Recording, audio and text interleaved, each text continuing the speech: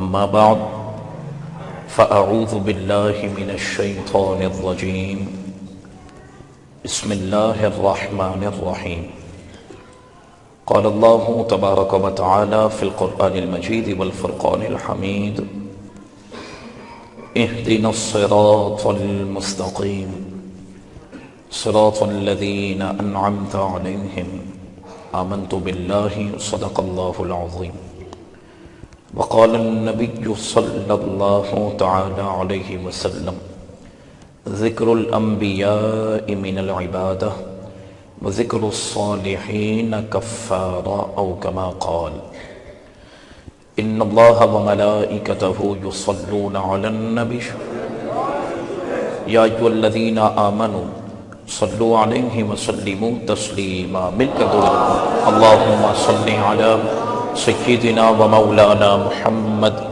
معدن الجود والكرم منبع العلم والحلم والحكم وعلى آله وصحبه أجمعين مبارك وسلم أبدا ومن تكن برسول الله نصرته إن تلقه الأسد في آجامها تجمي وأذن لصحب صلاة منك دائمة على النبي بمنهل ومنسجم والآل والصحب ثم التابعين لهم أهل التقى والنقى والحلم والكرم ثم الرضا عن أبي بكر وعن عمر وعن علي وعن عثمان ذي الكرم مريدي لا تخف الله ربي عطاني رفعة نلت المنال گنج بخش فیض عالم مظہر نور خدا ناقصارا پیر کامل کاملانہ رہنما واہ کیا مرتبہ اے غوث ہے بالا تیرا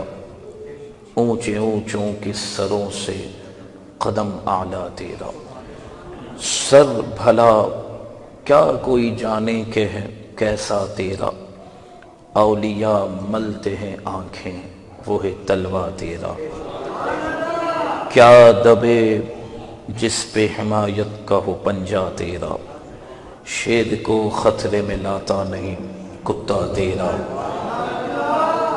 تجھ سے در سے سگ اور سگ سے ہے مجھ کو نسبت میری گردن میں بھی ہے دور کا ڈورا تیرا اس نشانی کے جو سگ ہیں نہیں مارے جاتے حشر تک میرے گلے میں رہے پٹا تیرا مولا یا صلی وسلم دائما ابدا علی حبیبی کا خیر الخلق کلہم۔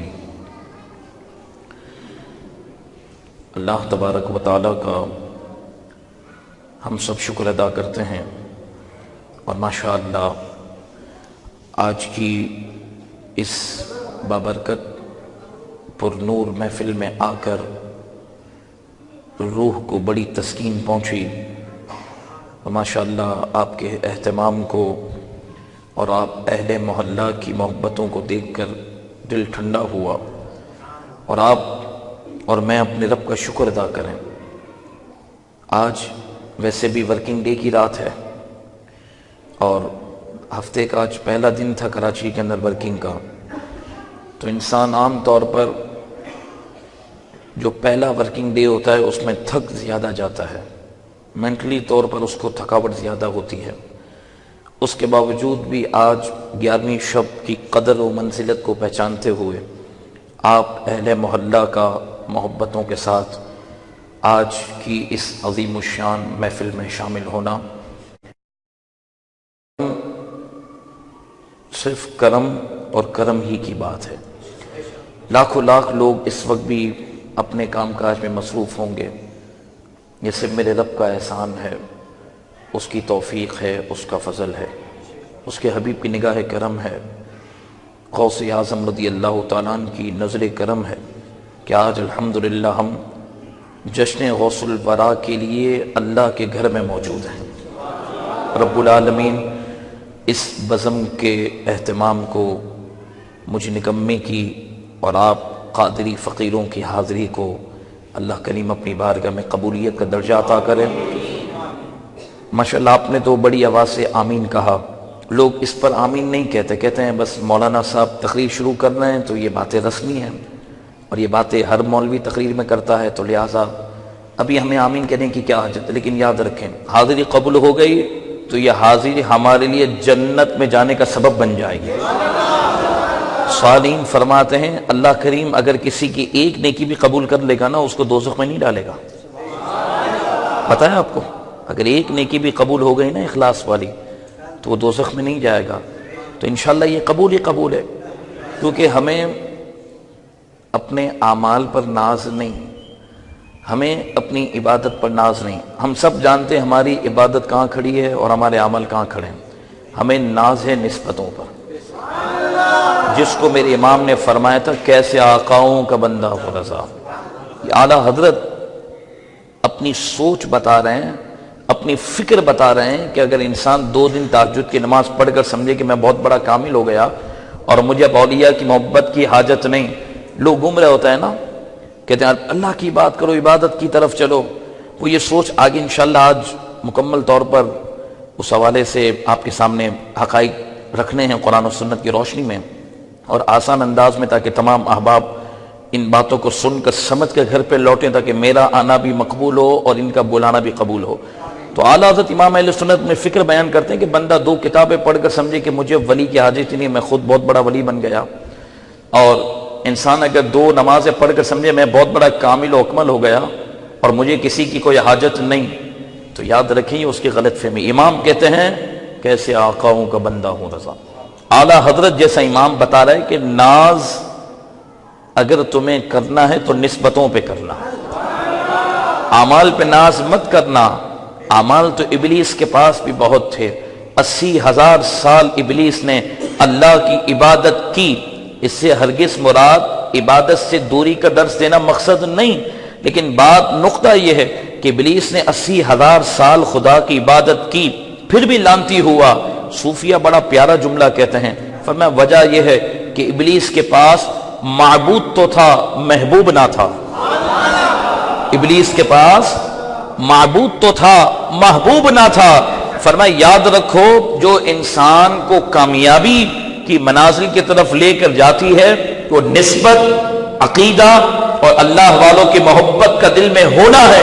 یہی محبت، یہی نسبت منافق اور مومن کے درمیان فرق کرتی ہے۔ تو امام نے ہماری تربیت کرتے ہوئے تا صبح قیامت بڑے بڑے عبادت گزار، بڑے بڑے تہجد گزار، بڑے بڑے فقہا، بڑے بڑے علماء، بڑے بڑے صوفیاء اور بڑے بڑے خطباء کو اور بڑے بڑے لوگوں کو یہ پیغام دیا کہ اپنے کسی فن پر، اپنے کسی شعبے پر، اپنی کسی عبادت پر ناز مت کرنا۔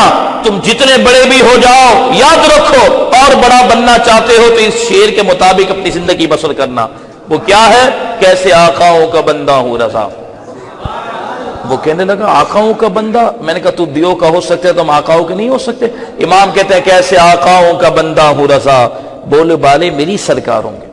آپ فرماتے ہم کچھ نہیں ہیں، لیکن جن کو مانتے ہیں اللہ رب العالمین نے بہت عصمتیں عطا فرمائی، تو شکر ادا کیا کرو۔ اور یاد رکھیں ایک ایک بات میں آپ کے قابل توجہ، ایک ایک بات ضروری ہے، یاد رکھیں ہر ایرے غیر نتو خیرے کو شیخ محی الدین عبد القادر جیلانی کی محبت نہیں ملتی ہر ایک کو، یقین مانے نہیں ملتی۔ یہ رب العالمین نے ازل میں دنیا بنانے سے پہلے عالم ارواح میں جس کو سعادت مند مقدر کر دیا، جس کی تقدیر میں رب العالمین نے خوش بختی کو لکھ دیا، اسے محبوب سبحانی کی محبت عطا فرمائی ہے۔ یاد رکھیے گا میں صحیح بتا رہا ہوں آپ کو، نہ میں جوش خطابت میں بات کر رہا ہوں، میں حقیقت کے پیرائے میں آپ تک یہ بات پہنچانا چاہتا ہوں۔ ہر ایک کے حصے میں حضور غوث پاک رضی اللہ تعالیٰ عنہ کی محبت نہیں آ سکتی۔ یہ چنے ہوئے لوگ ہوتے ہیں، یہ خالص لوگ ہوتے ہیں جن کا انتخاب خدا کی بارگاہ سے کیا جاتا ہے۔ یہ کرم نہیں ہے کہ اللہ نے ہم نکموں کو چن لیا اور ہمیں محبوب سبحانی غوث و ثقلین کی محبت عطا فرما دی۔ ہم غوث پاک کی محبت کو کیا پہچانیں؟ بات چلیے تو عرض کر دوں، پھر اپنے موضوع کو مزید آگے بڑھاؤں گا، توجہ رکھیے گا۔ الحمدللہ اس مرتبہ بغداد شریف حاضری ہوئی، 7ویں حاضری تھی، تو وہاں ایک بزرگ سے ملاقات ہوئی۔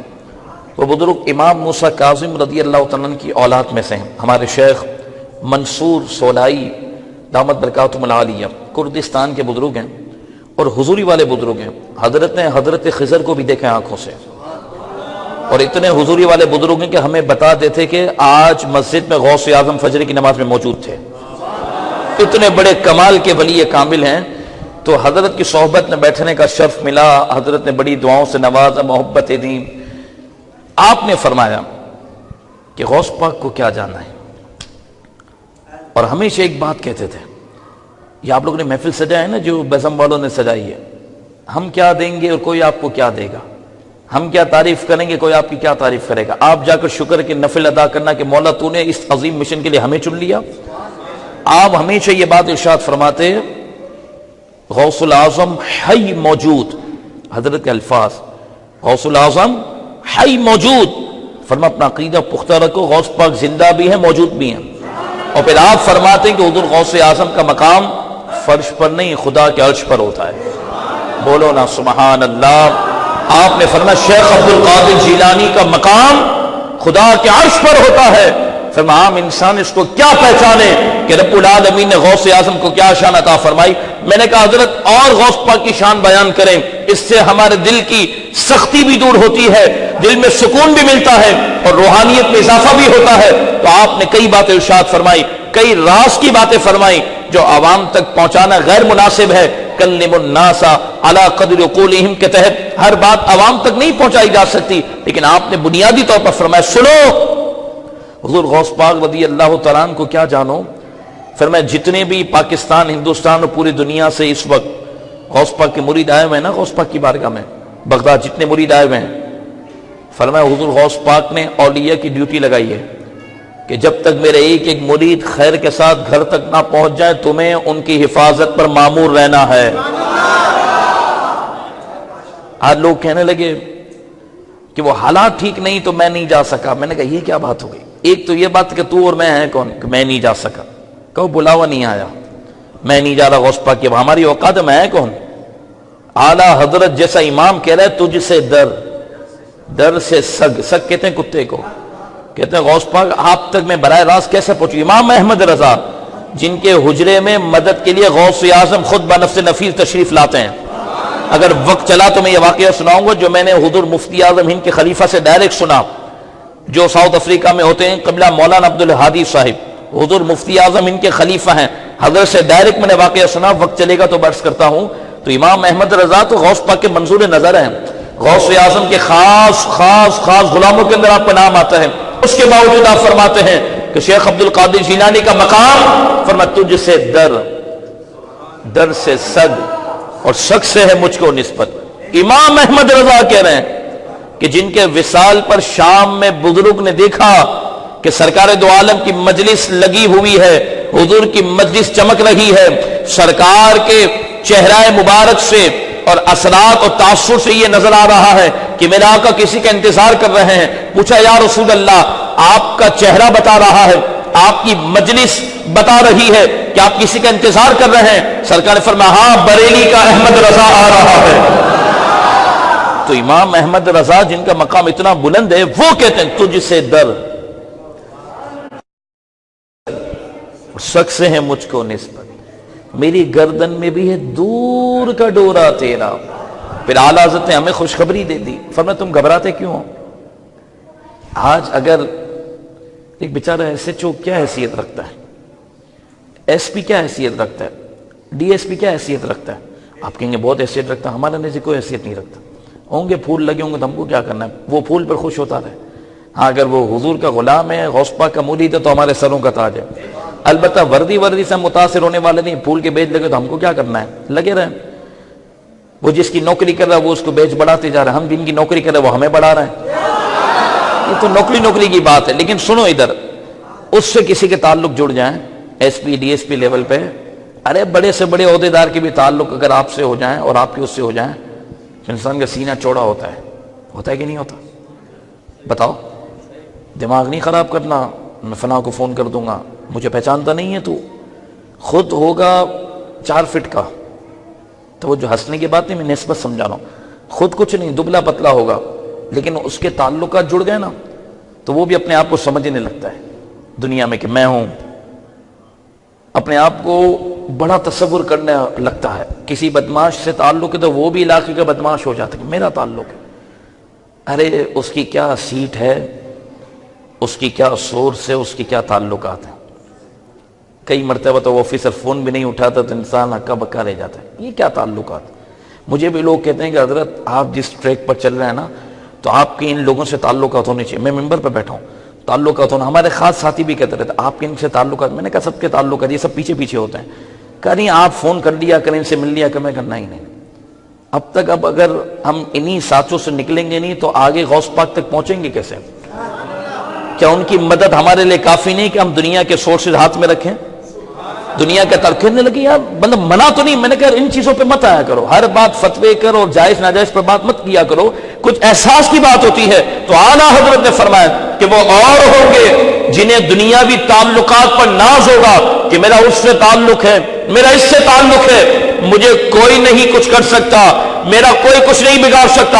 امام احمد رضا کہتے ہیں کہ ہمیں جس نسبت پر ناز ہے وہ نسبت غوث اعظم کی ہے. اور کیا فرمایا اس نشانی کے جو سگ ہیں، اس نشانی کے جو سگ ہیں نہیں مارے جاتے، حشر تک میرے گلے میں رہے پٹا تیرا. اعلیٰ حضرت کہہ دیا جو اس نشانی کے سگ ہیں نا وہ نہیں مارے جاتے. لہذا ہمیں اللہ کا شکر ادا کرنا چاہیے کہ رب العالمین نے ہمیں بن مانگے دامن غوث اعظم عطا کر دیا. کہ بن مانگے نہیں عطا کیا، ماں کے پیٹ میں ہم نے مانگا تھا، ہمیں تو پتہ بھی نہ تھا. اللہ نہ کرے کسی نان مسلم کے یہاں ہم پیدا ہو جاتے. سوچو اس کو. آج جیسے جیسے دور قیامت کے قریب ہوتا جا رہا ہے ہم ان روحانیت کو، ان بنیادی باتوں کو چھوڑ کر کسی اور ٹریک پر جا رہے ہیں. خدا کے واسطے اس طرف آؤ. پھر روحانیت میں ہی سکون ہے، ان محافل میں ہی سکون ہے، بزرگوں کے ساتھ جڑے رہنے میں سکون ہے. اپنی تحقیقات اپنی جیب میں رکھو، اپنی دنیاوی ترقی کو مٹی میں ڈالو. یاد رکھو نسبتوں پر ہی کامیابی ہے. نسبتیں اگر جڑ جاتی ہیں تو انسان کامیاب ہوتا ہے، ورنہ تو پھر جتنا بڑا بھی اگر وہ تحقیق کے بعد محقق بن جائے، اگر اولیاء کی نظر ہٹ جاتی ہے تو پھر وہ گمراہ ہو جاتا ہے. تو یاد رکھیں اس وقت ضرورت اس بات کی ہے. اگر ہم اللہ نہ کرے بدعقیدہ کے یہاں پیدا ہو جاتے، سب تو انسان کہتے ہیں اپنے آپ کو ہم نے مانگا تھا رب سے. سوچنے میں کس طرح آپ کو لے کر جانا چاہ رہا ہوں. آپ نے میں نے کوئی مانگا تھا ماں کے پیٹ میں کہ یا اللہ ہمیں اس کی اولاد میں رکھنا. جو بزم سیلانی والے انہوں نے کہا مانگا تھا کہ یا اللہ ہم بڑے ہو جائیں، جوان ہو جائیں، ہمیں اتنا مال دینا، اتنی طاقت دینا، اتنی سمجھ دینا کہ ہم ایک بزم بنائیں، پھر ہم 11ویں شریف کی محفل منعقد کریں اور غوث پاک کا ذکر کریں. کوئی مانگا تھا؟ پتا بھی نہیں تھا. بد مذہب، نان مسلم، غیر مسلم، حضور کے گستاخ، اولیاء کے بے ادب سب گھوم رہے ہیں. کرم نہیں ہے خدا کی قسم کہ بن مانگے رب العالمین نے ہمیں امام الانبیاء کو امتی بنا دیا، امام اعظم کا مقلد بنا دیا، امام الاولیاء غوث اعظم کا ہمیں مرید بنا دیا. سب سے بڑی بات نہیں ہے؟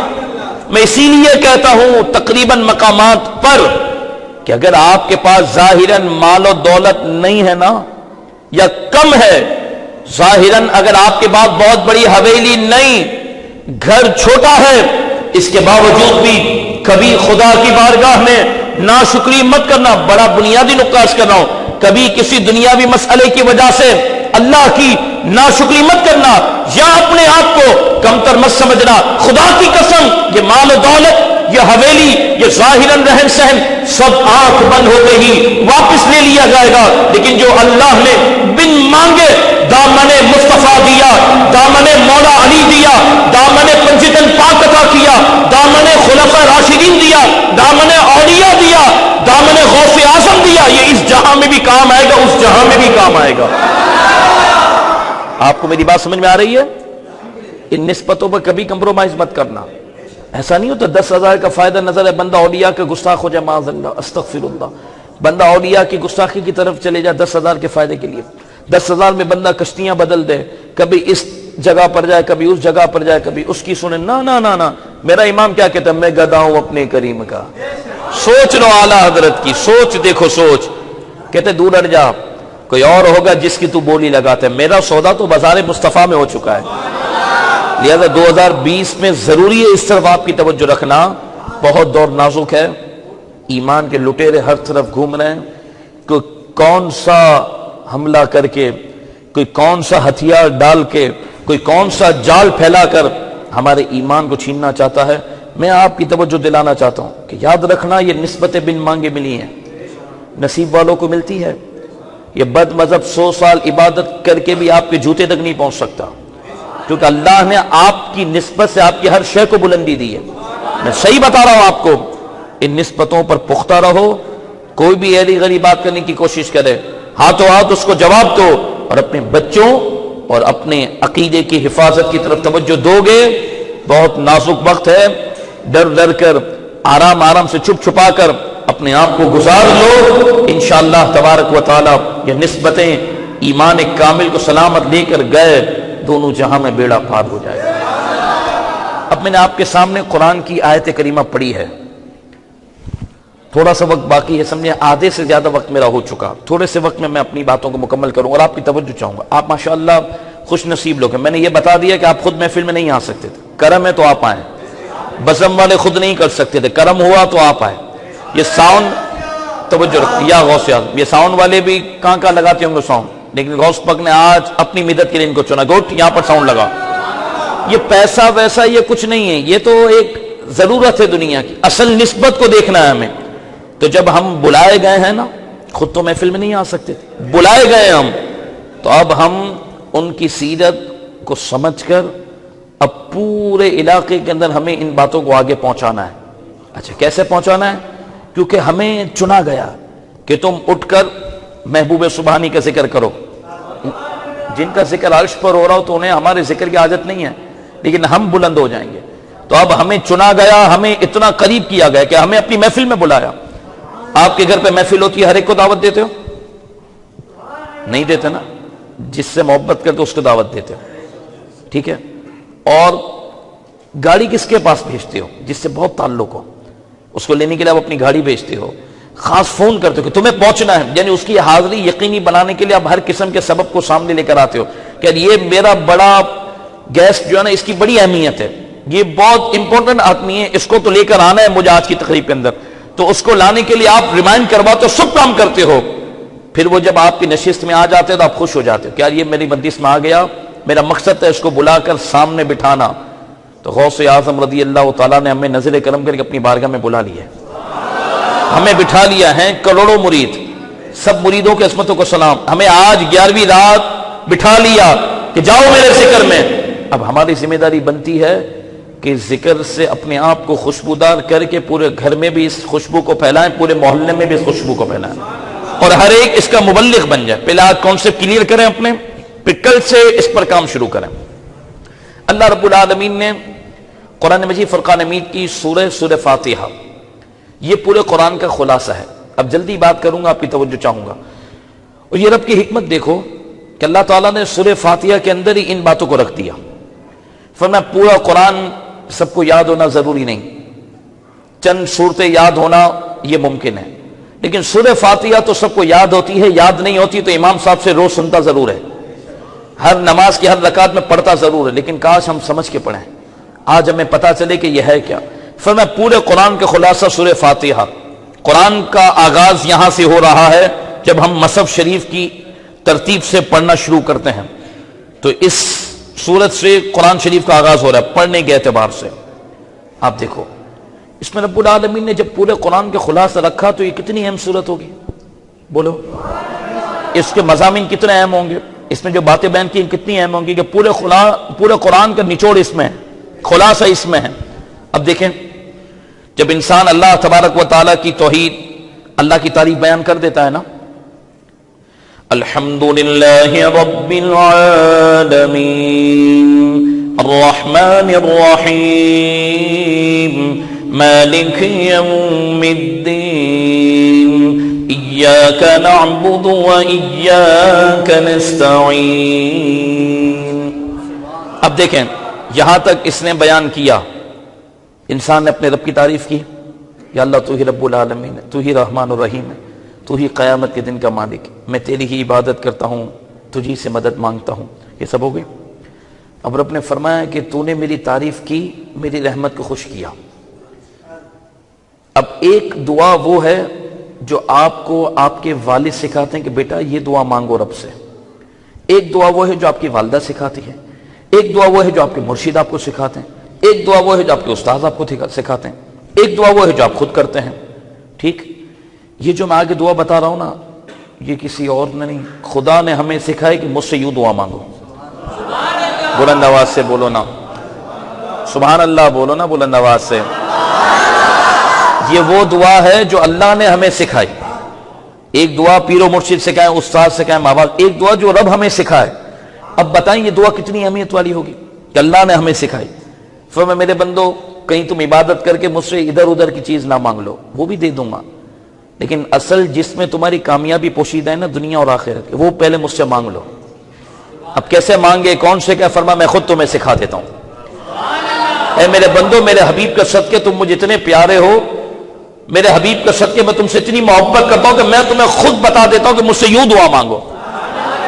اور سنو، اگر نماز کے باہر تمہارے پاس دعا مانگنے کا موقع نہ بھی ملے تو بھی نماز میں مجھ سے مانگ لو، تو یہ پوری ہونے سے پہلے میں تمہیں نعمتیں عطا کروں۔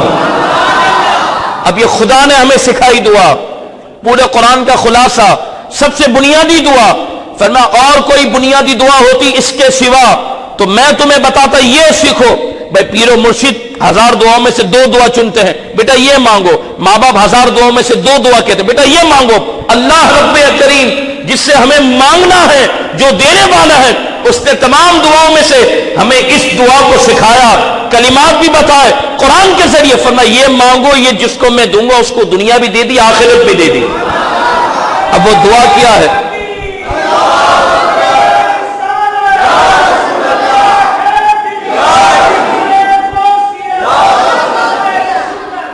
مولا تیرا شکر ہے کہ تو نے ہمیں دعا مانگنا بھی سکھا دی۔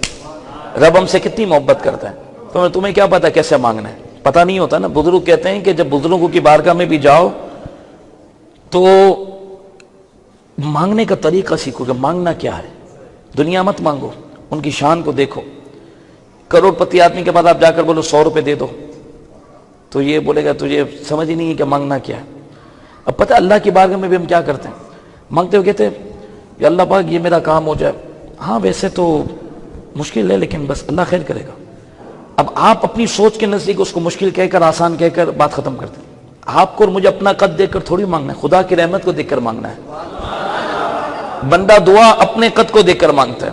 ہاں مطلب میں دنیا کی مثال کہہ رہا ہوں کہ اللہ تعالیٰ آپ کو آئندہ سال فیملی کے ساتھ حج کی سعادت نصیب کرے۔ میں دعا کروں گا نا، آپ سب بیٹے بولیں گے ہاں آمین۔ اپنے کیسے سنیں اپن کیسے جائیں گے یار، 25,000 روپے تنخواہ ہے، گھر پورا نہیں ہو رہا، گھر کا خرچہ نہیں ہو رہا، تو پھر حج پہ کیسے جاؤں گا؟ ہم اسی میں گھوم رہے ہیں۔ شیطان نے یہی الجھا دیا، میں نے اتنی بڑی دعا دی مدینے جاؤں، اچھا ٹھیک ہے آمین، بس پتہ ہی نہیں سب، کیونکہ ہماری سوچ اپنے گرد گھوم رہی ہے۔ فرمایا خدا کی رحمت پر بھروسہ کر کے مانگے گا تو تجھے پتا چلے گا کہ وہ رب ہے جو ذرے کو سمندر بنانے پر قادر ہے۔ تو اب مولا ہم کیسے مانگے؟ فرمایا میں تمہیں سکھاتا ہوں۔ اللہ نے دعا سکھائی ہے، اس سے پتا چلتا ہے یہ عقیدہ کتنا ضروری ہے۔ فرمایا سنو، اهدنا الصراط المستقيم صراط الذين أنعمت عليهم غير المغضوب عليهم ولا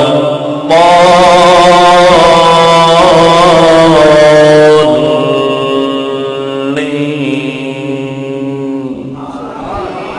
فرمایا تم مجھ سے دعا مانگو۔ کیا مانگے مولا؟ مجھ سے یہ دعا مانگو کہ اے اللہ تو ہمیں سیدھے راستے پر چلا۔ کیا دعا مانگو؟ پڑوسیوں نے ترجمہ کیا سیدھا راستہ دکھا، اعلیٰ حضرت نے ترجمہ کیا سیدھے راستے پر۔ وہ ترجمے سے بتانا چاہ رہے ہیں کہ ہم نے ابھی دیکھا ہی نہیں ہے، اعلیٰ حضرت ترجمے سے بتا رہے ہیں کہ دیکھ تو لیا، اللہ نے خود ہی دکھا دیا۔ اب مولا جو دیکھ لے اسی پر ثابت قدمی سے چلا دے، وہ بھی دیکھا ہی نہیں، وہ دیکھ بھی نہیں سکتے نا، کیونکہ جو تیرے در سے یار پھرتے ہیں در بدر یوں ہی خار پھرتے ہیں۔ اب سنیں، توجہ یہاں رکھیں۔ اب ہم نے دعا کی مولا تو ہمیں سیدھے راستے پر، جلدی جواب دو، سیدھے راستے پر۔ آگے کیا آئے تھے؟ صراط الذین انعمت علیہم، موضوع بڑا طویل ہے کہ میں مختصر کروں گا.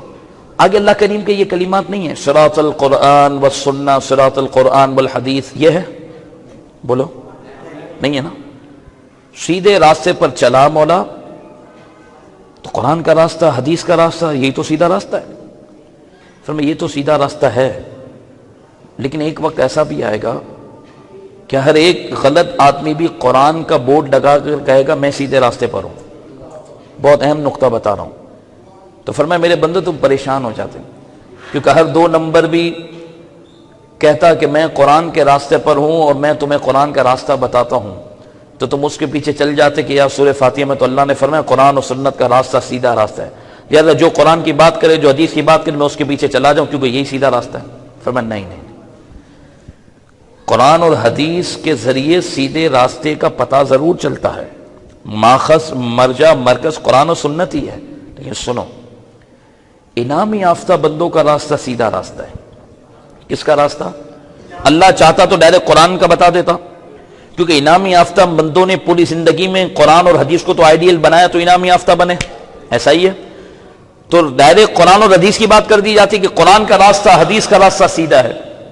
فرمایا اگر یہ کہہ دیا جاتا نا تو ہر ایک کی پہنچ سے دور ہو جاتی بات، کیونکہ ہر ایک نہ ڈائریکٹ قرآن کو سمجھ سکتا، توجہ رکھنا، نہ قرآن سمجھانے والے کو پرکھ سکتا کہ 10 جانیں 10 مختلف مکتبہ فکر کے بورڈ لگا کر بیٹھے ہوئے ہیں، 10 جانوں نے اپنی 10 دکانیں کھلی ہوئی ہیں اور سب قرآن کا بورڈ لگا کر حدیث کا بورڈ لگا کر میدان میں ہیں.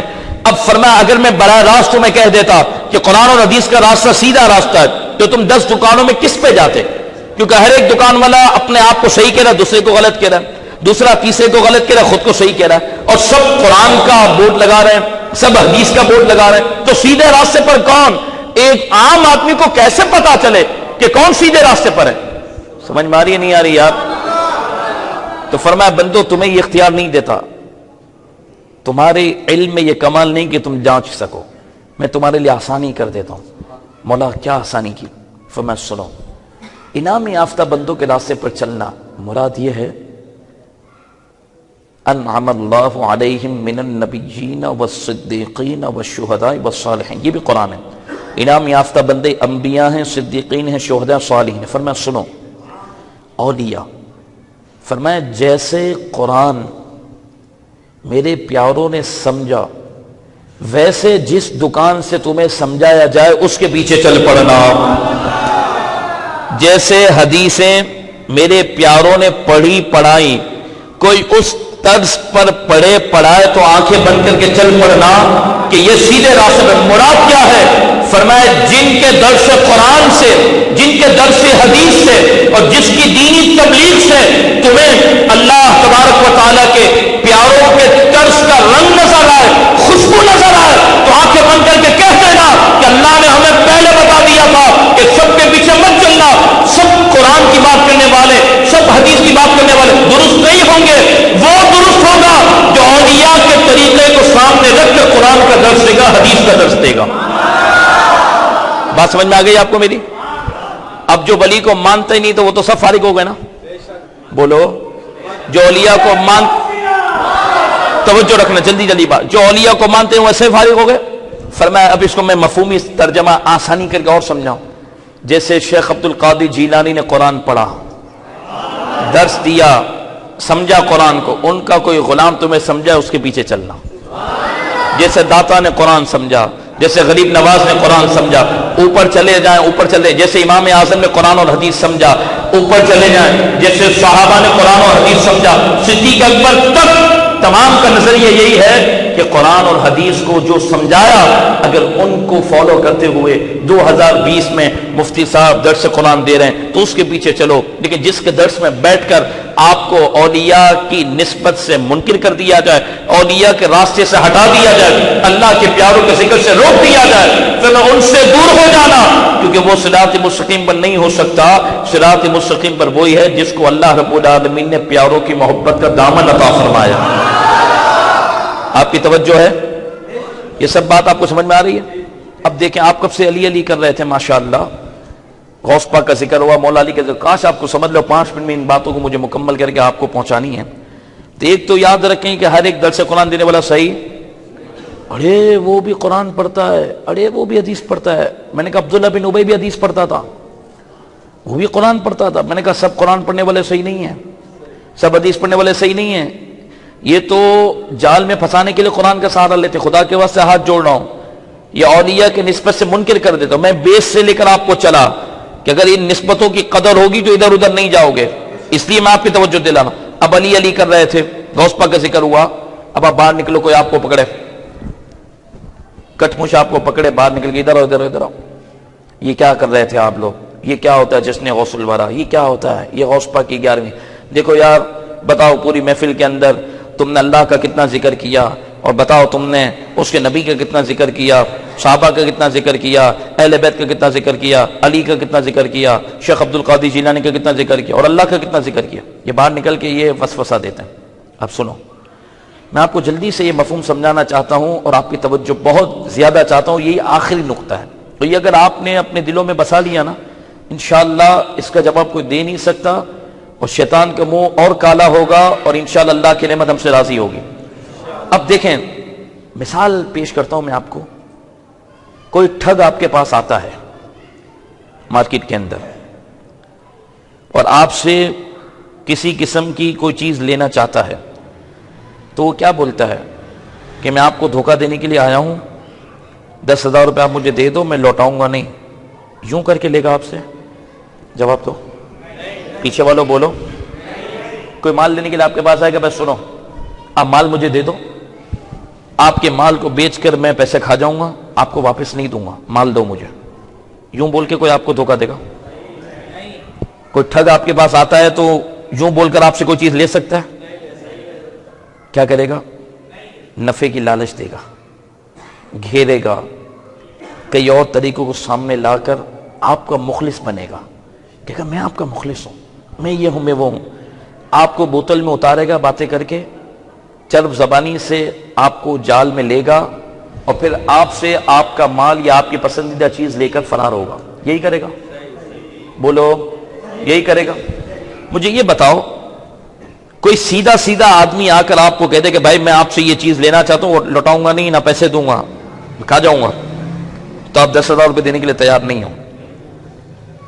جس کو جتنا بڑا اللہ نہ کرے ہمیں دھوکہ دینا ہے نا، وہ اتنی بڑی پلاننگ کے ساتھ ہمارے پاس آئے گا، اور نہ جانے کہاں سے کہاں وہ کلابے ملا کر کون کون سی باتوں کو سامنے لا کر ہمیں دھوکہ دے گا. اب ابلیس کو لینا ہے انسان سے ایمان. کیا لینا ہے؟ قرآن فرماتا ہے ان الشیطان لکم عدو مبین، شیطان تمہارا کھلا دشمن ہے. اللہ اکبر. حدیث پاک موجود، امام غزالی نے بھی لکھا، سب نے لکھا کہ شیطان ہمارے جسم میں ایسے گردش کرتا ہے جیسے خون دوڑتا ہے، لیکن ہمیں پتہ ہی نہیں ہے دشمن کتنا بڑا ہے. اللہ کہہ رہا ہے یہ دشمن، ہم کہنا اچھا ٹھیک ہے. اب شیطان کی دشمنی کا خلاصہ کیا ہے؟ ادھر توجہ رکھنا. شیطان کی دشمنی کا خلاصہ کیا ہے؟ بولیں.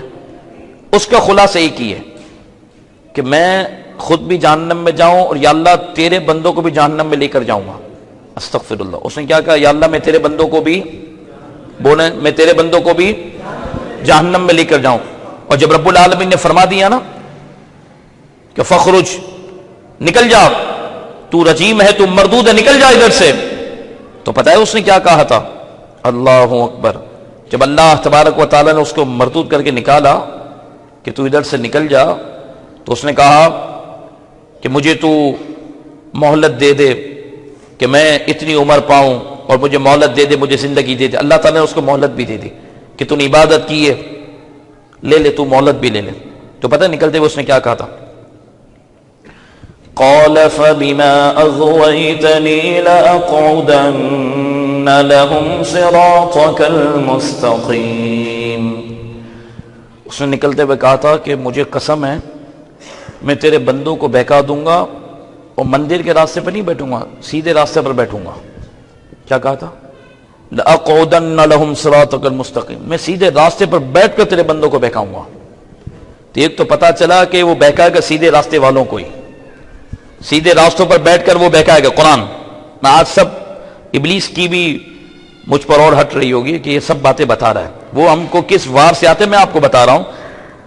اب اس نے کہا یا اللہ میں سیدھے راستے پر جو بیٹھے ہوئے ہیں نا ان کو ہی بہکاؤں گا. لیکن آگے خود قرآن دوسری مقام پر فرماتے کہ اس نے خود ہار مان لی. ایک جگہ کہنے لگا قال فبعزتك لأغوينهم أجمعين إلا عبادك منهم المخلصين. فرمایا میں تیرے سب بندوں کو گمراہ کر دوں گا لیکن جو تیرے پیارے ہیں نا ان پر میرا داؤ نہیں چلے گا. اب میں آپ کو کیسے سمجھاؤں, میں مختصر کرتے ہوئے سمجھا رہا ہوں. جو تیرے پیارے ان پر میرا داؤ نہیں چلے گا. اب مجھے بتاؤ کہ ایک آدمی آپ سے 5,000 روپے سیدھی سیدھی بات کر کے نہیں لے سکتا, لے سکتا ہے؟ دھوکہ دے گا, چال بازی کرے گا, گھیرے گا, کچھ اور کرے گا, جال پھیلائے گا. اب ابلیس کو آپ کا ایمان چاہیے تو وہ ڈائریکٹلی نہیں کہے گا آ کر کہ معاذ اللہ اللہ کو چھوڑ دو, بہت اہم بات کر رہا ہوں, نہیں کہے گا. وہ نہیں کہے گا کہ اللہ کی عبادت چھوڑ دو, شرک کرو, کبھی نہیں کہے گا. پتہ ہے وہ کیا کرے گا؟ وہ ڈائریکٹلی آپ کو نہیں کہے گا کہ اپنے نبی کی محبت چھوڑ دو. توجہ ادھر رکھے نا, بہت اہم نقطہ کر رہا ہوں. وہ یہ نہیں کہے گا ڈائریکٹلی آپ کو کہ اپنے نبی کا ذکر چھوڑ دو, کبھی نہیں کہے گا. وہ یہ نہیں کہے گا اولیاء سے دور ہو جاؤ, نہیں. پتہ ہے کیا کرے گا؟ اس کو گھیرنا ہے آپ کو, اور اس کو سب سے پہلے آپ کی نسبت لینی ہے. جب نسبت گئی نا تو انسان ہو گیا شتر بے مہار, کٹی پتنگ ہو گیا. اب جب کٹی پتنگ ہو گیا تب وہ جہاں جا کے گرے اس کا کوئی پرسان حال نہیں. جب وہ مرکز سے ٹوٹا, انسان اگر کسی مخلص سے دور ہوتا ہے تو پھر وہ بھٹکتا ہے. تو اگر انسان مرکزیت سے ٹوٹ جائے تو پھر کہیں کا نہیں رہتا. اب ابلیس کو پہلے توڑنی ہے آپ کی نسبت, جو پٹا آپ نے گلے میں پہنا ہوا ہے. جب پٹا اتار دیا تو پھر لوگ بھی پتھر ماریں گے, آپ بھی کچرے کے ڈھیر پہ منہ ماریں گے. تو اس کو اتارنا ہے آپ کا پٹا. اب پٹا بولے سیدھا سیدھا اتار دو, کوئی اتار کے نہیں دے گا, چھانٹا مارے گا. 5,000 روپے کو دینے کے لیے تیار نہیں ہے کسی کو, تو اپنا ایمان یا نسبت کیسے دے گا؟ آپ کو پتہ ہے کیا کرے گا؟ وہ لائے گا اللہ کی محبت کو چرب زبانی کر کے, کہے گا دیکھو دیکھو دیکھو دیکھو اللہ سے مانگنا چاہیے. سمجھ رہے؟ اب آپ کو ابلیس تو تصور میں نہیں آئے گا, لیکن ابلیس نما جو لوگ گھوم رہے ہیں نا وہ تصور میں ضرور آ رہے ہوں گے. اللہ سے مانگنا چاہیے, اللہ سے محبت کرنی چاہیے, اللہ کا ذکر کرنا چاہیے. ارے اللہ ہی تو سب دینے والا ہے, اللہ ہی سے مانگنا چاہیے, اللہ ہی کا ذکر کرنا چاہے, بس اللہ ہی اللہ کیا کرو, بس اللہ ہی اللہ. اب وہ لے کر آئے گا اللہ کی محبت کو. دوسری طرف اولیاء کی محبت کو خدا کی محبت کے مقابل لائے گا کہ بتاؤ اللہ کا ذکر کرنا چاہیے کہ ان کا ذکر کرنا چاہیے. سمجھ رہے ہیں آپ؟ مومن کو ڈائریکٹ کہے گا نا کہ چھوڑ دے اولیاء کے ذکر, تو کوئی چھوڑے گا نہیں. وہ چال بازی کرے گا, جال پھیلائے گا. شیطان ہے نا استاد الملائکہ, فرشتوں کو استاد رہ چکا ہے, عقل مند تو ہے تو وہ گما کر لائے گا کہانی, اور وہ کہے گا کہ دیکھو دیکھو دیکھو اللہ ہمارا رب ہے, اللہ سے مانگنا چاہیے نا یار.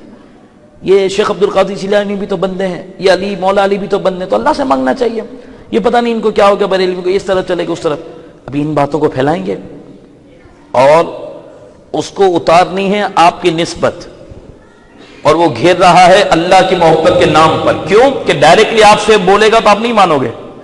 آپ کے سامنے لا رہا ہے اللہ کی محبت کو, جال اللہ کی محبت کا پھیلا کر پیچھے سے دوسری چیز آپ کی نسبت کو لینا چاہ رہا ہے. میں نے کہا سن جاہل آدمی, تو اس وقت ایک عام بھولے بھالے مسلمان کو بہکانے کے لیے اللہ کی محبت اور نبی پاک کی محبت کو تو نے تقابل میں کھڑا کر دیا. اللہ کی محبت اور مولا علی کی محبت کو تو مقابلے میں لے آیا, اللہ کی محبت شیخ عبد القادر جیلانی کی محبت کو تو مقابلے میں لے آیا. میں نے کہا یہ اتنا بڑا جال تم نے پھیلایا جس وجہ سے جو نادان تھے وہ نہ سمجھ سکے, اور خدا کی محبت کا سانچہ اس نے دے کر اسے ابلیس صفت والا بنا دیا. میں نے کہا ہمارا جواب یہ ہے کہ شیخ عبد القادر جیلانی کی محبت یہ خدا ہی کی محبت ہے, مولا علی کی محبت خدا ہی کی محبت ہے, نبی پاک کی محبت خدا ہی کی محبت ہے. کوئی کہے کیوں؟ میں نے کہا وجہ یہ ہے کہ ہم تو جانتے نہ تھے شیخ عبد القادر جیلانی کو, ہم تو جانتے نہ تھے مولا علی کو, ہم تو کسی کو نہ جانتے تھے. رب العالمین نے انہیں پہچان دی, انہیں عزتیں دی, انہیں مقام دیا, اور ان کی محبت کو ہمارے سینے میں ڈال کر بتایا کہ سنو سنو ان رحمت اللہ قریب من المحسنین, کہ میری رحمت ملے گی تو اولیاء کے دربار کو تمہیں میری رحمت ملے گی. میں نے کہا ہم تو خود کچھ کر ہی نہیں رہے تھے, یہ تو خدا نے انہیں مقام و مرتبہ دیا، خدا نے انہیں بلندی دی، خدا نے ان کے نام کو باقی رکھا، ان کی شان کو باقی رکھا، ان کی صفت و سیرت کو باقی رکھا۔ میں نے کہا خدا نے ان کی محبت ہمارے دلوں میں دی، ہم ان کے دیوانے ہو گئے۔ تو سب سے پہلا ان کا وار یہ کہ یہ تقابل میں لاتے ہیں اللہ کی محبت، حضور کی محبت، ان سب کو تقابل میں لاتے ہیں۔ تو یاد رکھو یہ تقابل نہیں ہے، یہ اللہ رب العالمین ہی کی محبت کے جلوے نظر آتے ہیں۔ ہم جو اولیاء سے محبت کرتے ہیں اللہ ہی کی وجہ سے، بولو نا کس وجہ سے کرتے ہیں؟ اللہ ہی کی وجہ سے کرتے ہیں۔ یہی ہے نا جو سب کے قبر پر کوئی نہیں جاتا، لیکن آپ آج بھی جا کر دیکھو عبداللہ شاہ غزی کے مزار چمک رہا ہے، قطب عالم شاہ بخاری چمک رہا ہے، نوری شاہ بابا چمک رہے ہیں، غائب شاہ بابا چمک رہے ہیں، سخی عبدالوہاب شاہ جیلانی چمک رہے ہیں، بابا فرید الدین کا روزہ چمک رہا ہے، خواجہ غریب نواز کا روزہ چمک رہا ہے، دات علی حجویری کا روزہ چمک رہا ہے۔ یہ سب کیا ہے؟ اور ہمارے غوث اعظم کا دربار چمک رہا ہے، یہ کیا ہے؟ فرمایا رب العالمین نے بتا دیا کہ ہم نے انہیں شان عطا فرمائی، قیامت تک ان کی شان کو ہم باقی رکھیں گے۔ آپ سمجھ میں آ رہی ہے میری بات آپ کو؟ یہ تقابل لانا چاہتے، دیکھو دیکھو دیکھو یہ اللہ کے سامنے لے، کون لے کر ہے اللہ کے سامنے؟ یہ غوث اعظم ہیں ہی اللہ کی وجہ سے، ہماری ان سے محبت ہے ہی اللہ کی وجہ سے۔ تو کہیں یار یہ کو کرنا ضروری ہے، میں نے کہا یہ خدا سے پوچھ، خدا نے یہ طریقہ بتایا، ہم کیا کریں؟ کہنے لگے اگر ڈائریکٹ اللہ سے محبت کر لو نا یار، یہ تم کیا بریلوی نئی باتیں لے کر آتے ہو؟ تو میں نے کہا ہم نے طریقہ تو رکھا ہی نہیں ہے، یہ خدا نے طریقہ رکھا ہے کہ صراط الذین انعمت علیہم، خدا نے رکھا ہے نا طریقہ۔ ان رحمت اللہ قریب من المحسنین یا ایھا الذین آمنوا اتقوا اللہ وکونوا مع الصادقین یا ایھا الذین آمنوا اتقوا اللہ وابتغوا الیہ الوسیلہ۔ یہ سب ہے۔ ایک مجھے وہاں بھی کہنے لگا نہیں مولانا آپ نے اسپیڈ میں وسیلے کی آیت پڑھ لی۔ میں نے کہا ہاں پڑھیے، بالکل پڑھی، دوبارہ سنا دیتا ہوں طرز کے اندر۔ یا ایھا الذین آمنوا اتقوا اللہ وابتغوا الیہ الوسیلہ وابتغوا الیہ الوسیلہ وابتغوا الیہ الوسیلہ وجاہدوا فی سبیلہ لعلکم تفلحون۔ یہ پہلے کہنے لگا وسیلہ کچھ نہیں ہوتا، سنا ہے نا آپ نے؟ یہ وسیلہ کیا ہوتا ہے؟ بریلوی لے کر وسیلہ کچھ نہیں، ڈائریکٹ خدا سے مانگ۔ میں نے کہا قرآن میں لفظ موجود ہے، انکار کرے گا کافر ہوگا۔ کہا اچھا او ہو ہمیں تو کسی ملا نے بتایا نہیں۔ میں نے کہا امام احمد رضا کے در کا کتا تجھے بتائے گا نا، ملا بتائے گا تو اس کی دکانداری بند ہو جائے گی نا، اس کے سب معاملات بند ہو جائیں گے۔ کہنے لگا وسیلہ ہے ہی نہیں۔ میں نے کہا قرآن میں موجود۔ پھر ایک اور تھوڑا فنٹر آیا سامنے، کہنے لگا وسیلے سے مراد، میں نے کہا بولا عمل، وسیلے سے مراد کیا ہے؟ کیا ہے بولو؟ عمل، نماز روزہ زکوٰۃ یہ وسیلہ ہے۔ میں نے کہا کمال کی بات ہے، نماز وسیلہ ہو سکتی ہے، نمازی وسیلہ نہیں ہو سکتا ہے؟ یہ کیا بات کر رہے ہو؟ نماز وسیلہ ہو سکتی ہے، نمازی، روزہ وسیلہ ہو سکتا ہے، روزے دار، حج وسیلہ ہو سکتا ہے تو حاجی۔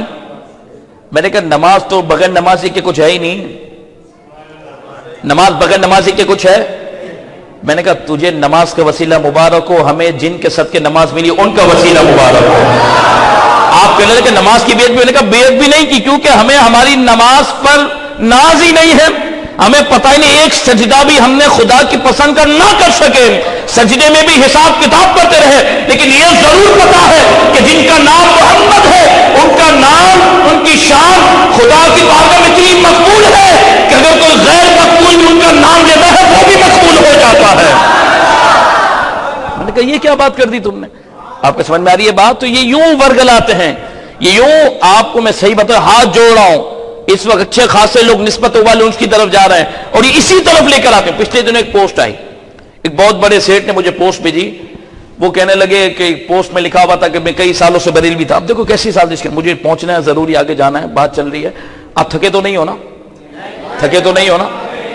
5 منٹ اور میں آپ کو لوں گا۔ وہ سیٹ صاحب نے مجھے پوسٹ بھیجی، اس میں لکھا ہوا تھا میں کئی سال سے بریلوی تھا، ایک پیر کا مرید تھا، ہر جمعرات ان کے ذکر کی محفل میں جاتا تھا۔ خدا را آپ سوچو، ہنسو نہیں، سوچو سمجھو، یہ اس قدر ایمان کو لوٹ رہے ہیں، یہ اس قدر سادی شکل ہے۔ اب آپ لوگ آج نمائندے بن جاؤ اور وہ غلط باتوں کو پھیلانے کے لیے ایک پیج پر کھڑے ہو کر اپنا کام کریں، کاروبار بھی کر رہے ہیں، جاب بھی کر رہے ہیں، اور یہ اولیاء اور حضور کا بغض بھی لوگوں کو سکھا رہے ہیں۔ 7 مہینے کے لیے نکل جاتے ہیں اور ہم ایک ہیں کہ ہم حضور کے عاشق و غوث پاک کے مرید ہو کر بھی ہمارے پاس کام کے سوا کوئی بات ہی نہیں ہے، صرف کام کاج کی بات کرتے، صرف پیسوں کے لیے ہم آئیں تو غوث پاک کو کیا منہ دکھائیں گے؟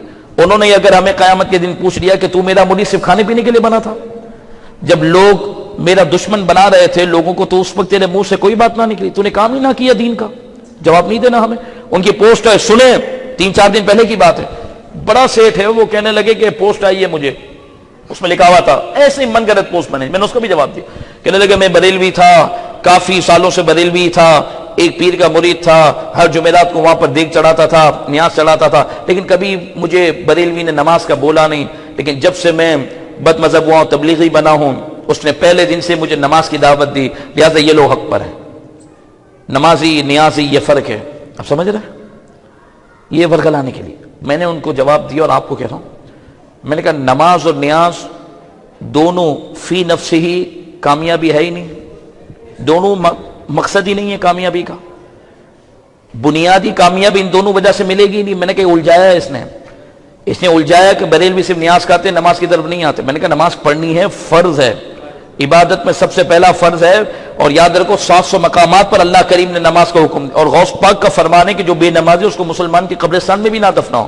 انکار نہیں ہے نماز کا، نماز تو ہے بنیادی، بے نمازی کہ اللہ کوئی دعا قبول نہیں کرتا، بے نمازی موت کے وقت 7 سمندر کے برابر پیاسا ہو کے مرے گا، اس کو اتنا پانی پلا دیا پھر بھی مرے گا۔ بے نمازی کا ایمان چھین لیا جاتا ہے، بے نمازی کو اللہ رب العالمین اپنے عذاب میں مبتلا کرتا ہے۔ قیامت کے دن بے نمازی کے لیے سب سے بڑی سزا یہ ہے کہ خدا اس سے بات نہیں کرے گا، خدا کا جلال اس پر ہوگا، اور نمازی کے لیے سب سے بڑی سعادت یہ کہ اس کو خدا کا دیدہ جنت میں نصیب ہوگا۔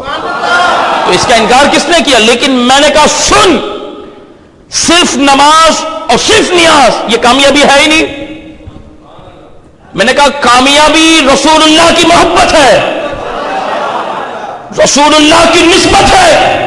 اگر انسان سے انسان ہونے کے ناطے جان بوجھ کر نہیں، سستی میں نہیں، غلطی سے نیند کے اندر کسی اور وجہ سے نماز نکل گئی، توبہ کرے معاف ہو جائے گا، قضا کر لے معاف ہو جائے گا، لیکن نسبت مصطفیٰ میں اگر کوئی کمی ہو گئی تو معافی نہیں۔ میں نے کہا اس نے پوسٹ بھیج کر مس گائیڈ کیا لوگوں کو، نیاز اور نماز پہ لے گیا۔ میں نے کہا نیاز اور نماز کی بات ہی نہیں، صرف بات رسول اللہ کی ہے، بات عشق مصطفیٰ کی ہے، بات محبت رسول کی ہے۔ تم ذرا ان تبلیغیوں سے پوچھو کہ کب رسول اللہ کی محبت انہوں نے سکھائی؟ یہ تو نام لیتے ہمارے نبی نام تو یوں لیتے، محمد نے یوں کیا، محمد نے وہ کیا، استغفر اللہ، نام اتنا عامیانہ طریقے سے لیتے ہیں، اور دو ہی باتیں کرتے، آؤ اللہ کی بات کریں، آؤ دین کی بات کریں۔ میں نے کہا رسول اللہ کی بات بھی کریں، کیونکہ قبر میں 2 سوال نہیں 3 سوال ہیں۔ یہ کیا کہتے ہیں؟ آؤ اللہ کی بات کریں، آؤ دین کی بات کریں۔ میں نے کہا آؤ نبی پاک کی بات بھی کریں، کیونکہ قبر میں تیسرا سوال جو فل اینڈ فائنل سوال ہے، فل اینڈ فائنل سوال قبر میں تیسرا ہے۔ میں آپ کو عقیدہ بتا رہا ہوں، میرے ساتھ جو بھی ہو اللہ عافیت ہی کرے گا، لیکن آپ نے مجھے بلایا تو میں نہ کوئی لفافے کی ڈیمانڈ کر آتا ہوں، نہ کوئی اور مقصد سے آتا ہوں۔ میں صرف نکلا بھی تھا تو غوث پاک کی 11ویں کی نیت کر کے نکلا تھا، تو آیا اسی لیے ہوں۔ میں ابھی چلا جاؤں دنیا سے کہ کل چلا جاؤں، یا ہم زندہ رہیں کہ مر جائیں، ہماری کوئی اوقات نہیں، لیکن جن پیروں کا ہم نام لیتے ہیں، جس 11ویں والے پیر کی نسبت سے بیٹھے ہیں، ان کا عقیدہ اور ان کے عقیدے کا فیضان سن لو کہ آؤ اللہ کی بات کریں، آؤ دین کی بات کریں۔ ہر مولوی بھی آپ کو دودھ کا دودھ پانی کا پانی کر کے نہیں بتائے گا، کہتے ہیں انداز پیسفل ہونا چاہیے، انداز پیارا ہونا چاہیے، الفاظ کا چناؤ اچھا ہونا چاہیے۔ میں نے کہا کیا ملے گا؟ کہا لوگ آپ کے قریب آئیں گے۔ میں نے کہا ابھی میں تقریر کرنے سے پہلے یہی سوچوں کہ لوگ ہیں کتنے، تقریر کے دوران یہی سوچوں کہ لوگ متاثر ہو جائیں، تقریر کے بعد یہ سوچوں کہ لوگ قریب ہو جائیں، تو غوث پاک کب مجھے یاد رہیں گے؟ میں نے کہا پاگل آدمی ہے، ان چیزوں کو ہٹا۔ میں نے کہا نسبت کی بات کر، اور جب گھر کے اندر ڈاکو گھس جائے نا، کیوں نہیں بولا جاتا یار آپ چلے جائیں نا میرے گھر سے، آپ کی بڑی مہربانی ہوگی، میں نے بڑی محنت سے پیسے کمائے۔ میں نے کہا جب ہمارے اہل سنت کے عقیدوں کو چھیننے کے لیے بھیڑیے گھس گئے تو اب تو ان کو ان کے انداز پہ جواب دیا جائے گا نا، یا اس وقت بھی سیدھی سیدھی بات کی جائے گی؟ کس طرف ہم چلے گئے؟ کہتے ہیں فلاں مبلغ کو سنیں، فلاں مقرر کو سنیں، فلاں خطیب کو سنیں، کیا انداز ہے۔ میں نے کہا اچھا، کہا ان کی تقریر تو دوسرے بھی سنتے۔ میں نے کہا یہ کوئی کامیابی نہیں ہے، اپنوں کو اگر عقیدہ پلا دیا جائے سب سے بڑی کامیابی یہ ہے، اپنوں کو پختہ کر دیا جائے سب سے بڑی کامیابی یہ ہے۔ اب کہتے ہیں مر ربک ما دینک، یہ انداز بھی سب کو ہضم نہیں ہوتا نا۔ کہتے ہیں تمہارا رب کون، تمہارا دین کیا؟ تیسرا سوال کیا ہے؟ ما کنت تقول فی ھذا، ان کے بارے میں کیا کہتا تھا؟ ان کی تو بات ہی نہیں ہو رہی۔ میں نے کہا اس لیے نیاز اور نماز پہ مت الجھا، لوگوں کو نسبت بتا۔ جس کے سینے میں حضور کی محبت ہے، رائے کے دانے کے برابر بھی ایمان ہے، تو حضور کی شفاعت سے وہ بھی جنت میں چلا جائے گا۔ لہذا آج کی پوری گفتگو کا خلاصہ کیا نکلا؟ کم و بیش آپ نے 1 گھنٹے کے قریب گفتگو سن لی ہے، پورا 1 گھنٹہ تقریباً. کیا خلاصہ نکلا؟ خلاصہ یہ نکلا کہ اللہ رب العالمین نے جو عقیدہ دیا ہے نا ستھرا، اس پر جمے رہو، اس پر ڈٹے رہو، اپنے بچوں کو یہ عقیدہ پلاؤ اور اس عقیدے کو پھیلانے کے لیے کام کرو. آپ دیکھیں قادیانی کس طریقے سے تیزی سے ساتھ کام کر رہے ہیں. آپ دیوبندی وہابیوں کو دیکھیں کس طریقے سے اپنا جال پھیلا رہے ہیں، 7 مہینے کے لیے لوگوں کو پکڑ کے لے کے جا رہے ہیں، سب کام کر رہے ہیں، اور ہم سنی کوئی کام نہیں کر رہے.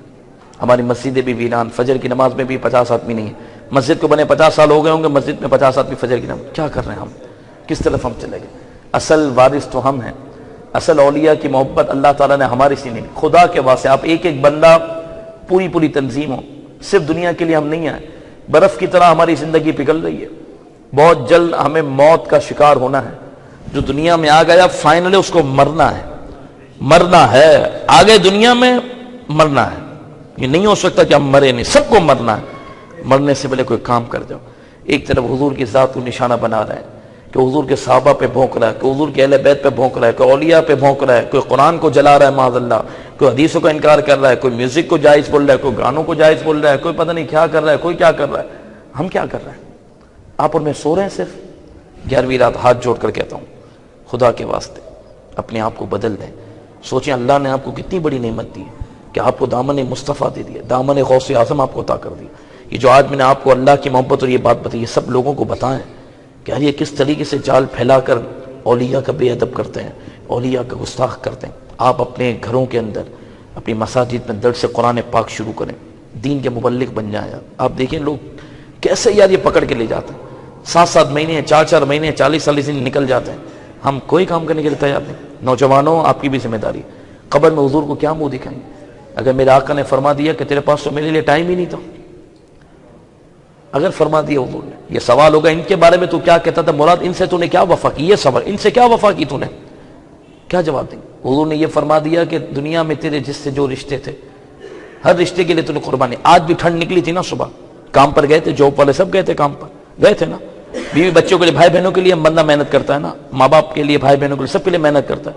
انسان کا اپنا پرسنل خرچہ تو کچھ نہیں ہے، پوری فیملی کے لیے بھاگتا ہے نا. حضور نے اگر یہ پوچھ لیا کہ ہر رشتے سے تو نے وفا کی، کیا میرا اور تیرا بھی کوئی رشتہ تھا تو کیا وفا کی تو نے؟ کوئی کام نہیں کرتے ہم. ہر طرف وہ دندناتے پھر رہے ہیں، گمراہ کر رہے ہیں، لوگوں کو بدعقیدہ کر رہے ہیں، اور ہم سو رہے ہیں.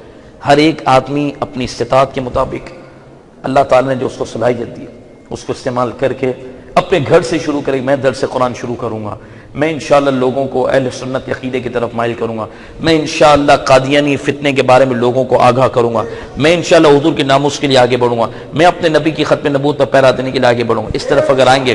اب 4 جنوری گزر گیا، بتاؤ رات 2 بجے تک میرا دل اتنا دکھا ہے، رات 2 بجے تک سلمان تاثیر کی حمایت میں پوری دنیا سے ٹویٹ آ رہے تھے. کتنے بجے تک؟ اور غازی ممتاز حسین قادری علیہ رحمہ جنہوں نے 4 جنوری کو شیطان تاثیر کو ٹھکانے پہ لگایا تھا، دوپہر 4:11 پر، قوم کو پتہ ہی نہیں ہے. امیر المجاہدین علامہ حافظ خادم حسین رضوی صاحب، کل بھی میرے پاس کچھ لوگ آئے ہوئے تھے، کل کی بات ہے ہاں، بلکہ میں اپنے ان کے پاس تھا رشتہ دار وغیرہ، تو میں نے ان کو یہ کہا کہ آپ مجھے بتائیں تو صحیح کہ علامہ حافظ خادم حسین رضوی صاحب کے چاہنے والے 3، 4، 5 ہزار لوگ، 10 ہزار لوگ ٹویٹر پہ مقابلہ کر رہے تھے اور ٹویٹس اور ری ٹویٹس کے بارے میں بات چیت کر رہے ہیں.